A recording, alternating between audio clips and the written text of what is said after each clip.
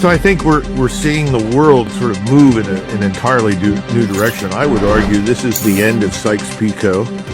I think the maps are going to change. I'll be very surprised if all these family dictatorships in the Persian Gulf survive in their current form. I think the damage that's being done economically is going to stay with us for some period of time.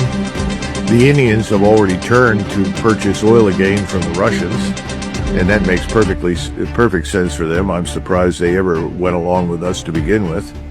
The dollar is losing airspeed and altitude. Economically, this is a catastrophe. Financially, for us, I think it's a disaster.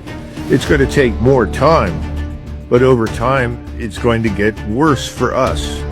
Remember, we are the ones that have been boasting to the world about how powerful we are and how the entire world needs to shake in fear of the American military power.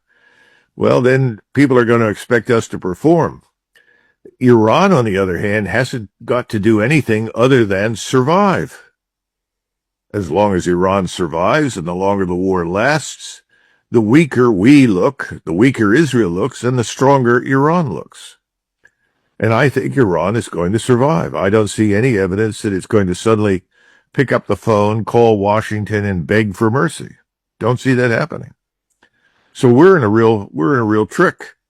I think at the end of the day, we're going to be swept out of the region. Look at what's happening in Iraq right now.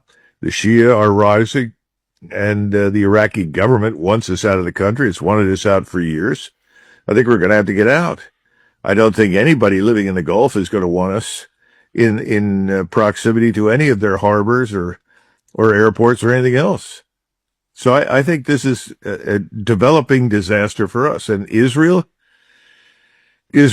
Iron Dome isn't working very well. And although we are definitely trying to fire missiles in support of Israel at air and missile defense, the Iranians seem to have moved technologically much further than we anticipated. They are now able to deliver missiles that have decoys that, produce multiple warheads, and then the real dangerous missile that you're trying to penetrate with flies through while we are preoccupied with decoys.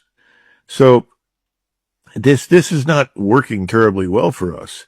But the interesting part is, in the West, the media, as always, is showing us a wonderful picture of American and Israeli military success.